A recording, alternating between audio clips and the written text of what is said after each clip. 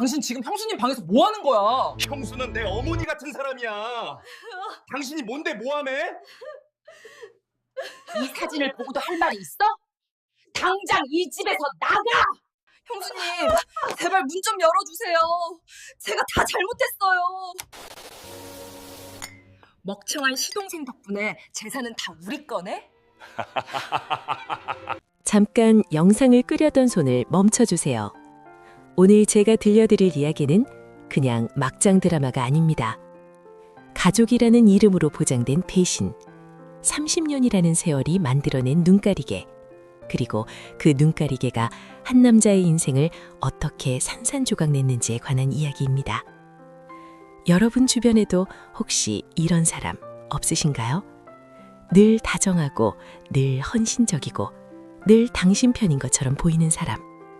그 사람이 진심인지 아니면 철저히 계산된 친절인지 우리는 과연 알 수 있을까요? 자, 지금부터 시작합니다.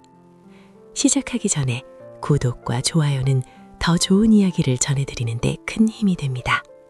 익숙한 세계, 민우라는 남자의 삶. 여기 한 남자가 있습니다. 이름은 민우 씨. 나이는 40 초반. 작은 인테리어 업체를 운영하며 조용하고 성실하게 살아온 평범한 남자입니다. 그에게는 세상에서 가장 소중한 아내, 윤옥 씨가 있습니다. 결혼한 지 8년째 두 사람 사이엔 아직 아이가 없지만 서로를 아끼고 신뢰하는 겉으로 보기엔 더없이 평화로운 부부였습니다. 그런데 민우 씨에게는 아내만큼이나, 아니 어쩌면 아내보다 더 의지하는 존재가 한 명 더 있었습니다. 바로 그의 형수입니다. 형수의 이름은 정아 씨. 민우보다 15살이나 많은 이 여자는 민우가 8살 때부터 한 집에서 살아온 사람입니다. 민우의 부모님은 맞벌이로 늘 바쁘셨고 어린 민우를 실질적으로 돌봐준 건 형과 함께 들어온 새댁, 형수였습니다. 아침마다 도시락을 싸줬고 학교 준비물을 챙겨줬고 민우가 친구들한테 맞고 울며 돌아오던 날엔 꼭 안아줬던 사람. 민우에게 형수는 단순한 가족 이상이었습니다. 어머니와 같은, 아니 어쩌면 어머니보다 더 가까운 존재였습니다. 하지만 이 끈끈한 유대감이 훗날 민우 씨의 목을 조르는 밧줄이 될 줄은 그 누구도 꿈에도 몰랐겠죠. 비극의 시작, 합가와 균열. 1년 전입니다. 청천벽력 같은 소식이 민우 씨의 삶을 강타합니다. 아버지와 형이 교통사고로 동시에 세상을 떠난 겁니다. 하루아침에 두 기둥을 잃은 가족. 남겨진 건 시어머니 한 분과 형의 아내였던 형수, 그리고 민우 부부뿐이었습니다. 충격이 가라앉을 무렵 시어머니가 조심스럽게 제안합니다. 우리 다 같이 모여 살자. 이제 서로 의지해야지. 마침 시어머니는 예전부터 마련해 두신 넓은 전원주택이 있으셨습니다. 돌아가신 아버지와 노후를 보내려고 준비해 두신 집. 그 집에 남은 가족이 모두 함께 살기로 했습니다. 그렇게 새 어른과 민우 부부는 한 지붕 아래 합가를 시작합니다. 처음 몇 달은 괜찮았습니다. 서로의 슬픔을 나누고 빈자리를 함께 채워가며 그럭저럭 일상을 회복해가는 것처럼 보였으니까요. 하지만 평화는 오래가지 않았습니다. 균열은 아주 작은 곳에서 시작됐습니다. 장을 보는 일상적인 순간에서였죠. 꼼꼼하고 알뜰한 아내 윤옥 씨는 장을 볼 때 항상 가격을 꼼꼼히 따지고 필요한 것만 적당히 사는 스타일이었습니다. 반면 형수 정아 씨는 늘 비싸고 좋은 것만 골랐습니다. 브랜드 있는 수입과일, 백화점 정육 코너의 프리미엄 한우, 한 통에 4만 원짜리 건강기능식품. 문제는 그 계산서를 항상 윤옥 씨한테 밀었다는 겁니다. 어머니가 드실 거잖아. 아깝게 뭘 따지냐. 처음엔 그냥 넘겼습니다. 형수가 좋아서 어머니를 위한 거라니까.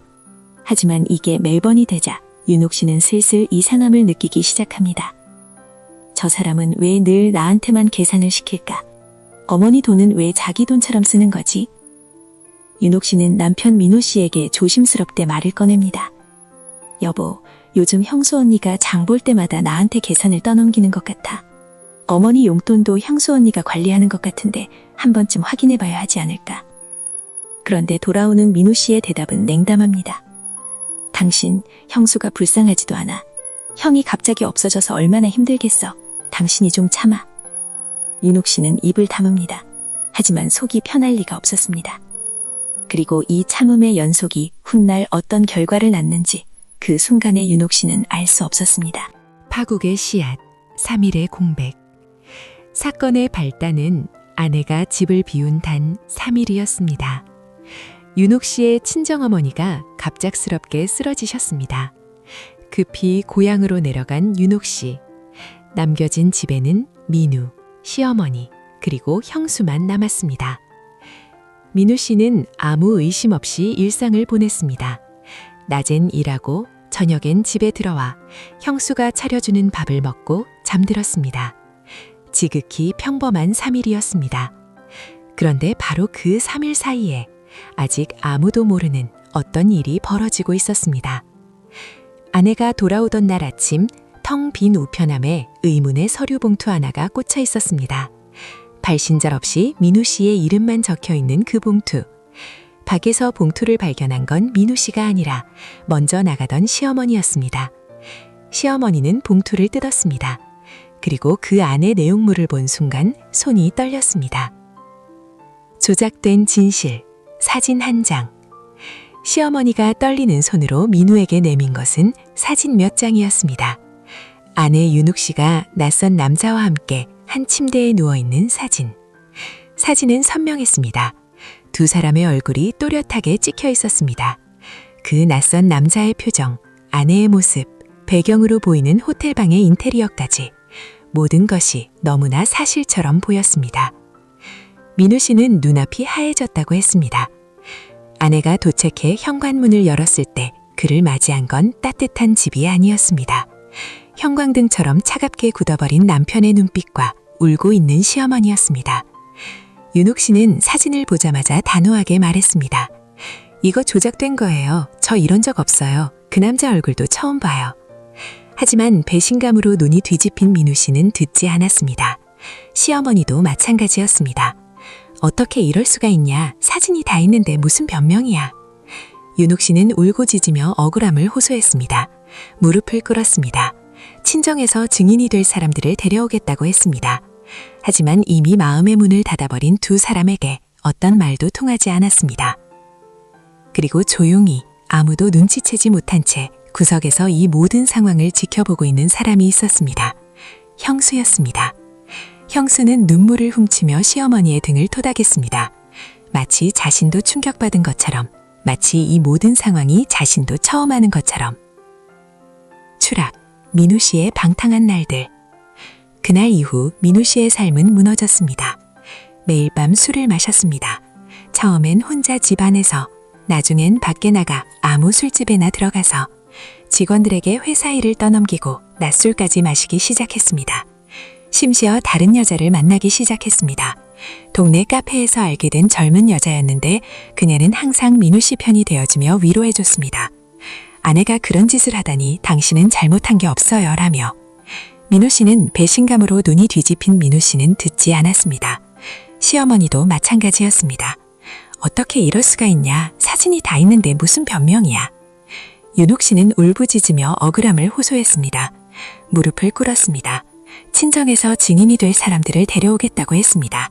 하지만 이미 마음의 문을 닫아버린 두 사람에게 어떤 말도 통하지 않았습니다. 그리고 조용히 아무도 눈치채지 못한 채 구석에서 이 모든 상황을 지켜보고 있는 사람이 있었습니다. 형수였습니다. 형수는 눈물을 훔치며 시어머니의 등을 토닥였습니다. 마치 자신도 충격받은 것처럼, 마치 이 모든 상황이 자신도 처음 하는 것처럼. 민우 씨는 배신당한 분노와 상실감 속에서 점점 더 깊이 빠져들었습니다. 그 공백을 채운 건 누구였을까요? 다시 한번 착한 형수였습니다. 형수는 술 취해 비틀거리는 시동생을 데리고 집에 들어왔습니다. 민우가 토를 해도 치워졌습니다. 병이 악화되어 누워 계신 시어머니를 밤새 간호했습니다. 집안일을 도맡아 하고 마치 이 집의 유일한 버팀목인 것처럼 행동했습니다. 주변 사람들은 입을 모아 말했습니다. 정아 씨가 없었으면 그 집 어떻게 됐겠어. 참 대단한 사람이야. 형수는 그 말을 들으며 조용히 미소 지었을 겁니다. 이혼, 한 가정의 소멸. 결국 이혼 서류가 나왔습니다. 윤옥 씨는 마지막까지 버텼습니다. 나는 결백해요. 이혼 안 해요. 하지만 집에서 쫓겨나다시피 한 상황에서 경제적으로도 정신적으로도 극한까지 몰린 윤옥 씨는 결국 도장을 찍었습니다. 8년의 결혼이 그렇게 끝났습니다. 아무 잘못도 하지 않은 한 여자가 누군가의 치밀한 계획에 의해 삶에서 지워지는 순간이었습니다. 윤옥 씨가 집을 떠난 후 형수는 더욱 존재감을 키워갔습니다. 시어머니 곁에 항상 붙어 있었고 통장 관리며 약 관리며 모든 것을 도맡았습니다. 민우 씨는 술에 절어 아무것도 눈에 보이지 않는 상태였으니까요. 그리고 이혼한 지 몇 달 후 지병이 스트레스로 악화됐던 시어머니마저 조용히 눈을 감으셨습니다. 반전, 형수의 민낯. 그리고 바로 그 순간부터 모든 것이 달라졌습니다. 장례식이 끝나고 며칠 지나지 않아 형수 정아 씨가 민우에게 말했습니다. 민우야, 이제 이 집 정리해야 할 것 같아. 민우 씨는 처음에 무슨 말인지 몰랐습니다. 정리가 무슨 뜻인지. 하지만 형수는 냉정했습니다. 어머니가 이 집 나한테 남기셨어. 유언장에 다 나와 있어. 너는 나가야 해. 민우 씨는 믿을 수 없었습니다. 30년을 함께 살았던 형수가, 자신을 키워줬던 형수가, 그 따뜻한 사람이 지금 자신에게 나가라고? 초라하게 짐을 싸들고 형수에게 사정도 해봤습니다. 하지만 이미 형수는 다른 사람이었습니다. 문은 차갑게 닫혔습니다. 민우 씨는 갈 곳을 잃었습니다. 돈도 거의 없었습니다. 회사는 방탕한 생활 속에 이미 엉망이 돼 있었고 친구들도 멀어진 지 오래였습니다. 노숙 일보 직전까지 몰린 민우 씨. 낮에는 공원 벤치에, 밤에는 찜질방에서 시간을 보내던 어느 날이었습니다. 정처 없이 발걸음을 옮기다 자신의 옛집 앞을 지나게 됩니다. 그리고 그곳에서 민우 씨는 믿기 힘든 광경을 목격합니다. 집안에서 큰 가방을 들고 나오는 한 남자. 민우 씨는 그 남자의 얼굴을 한 번에 알아봤습니다. 바로 그 남자였습니다. 아내의 외도 사진 속에 등장했던 그 남자. 진실, 형수가 꾸민 거대한 연극. 민우 씨는 그 자리에서 주저앉을 뻔했습니다. 사진 속 남자가 형수의 집에서 나오고 있었습니다. 그것도 형수와 함께 마치 오래 살아온 사람처럼 자연스럽게. 충격에 멍한 채 뒤를 밟았습니다. 그리고 조각들이 맞춰지기 시작했습니다. 나중에 경찰 수사를 통해 밝혀진 진실은 이랬습니다.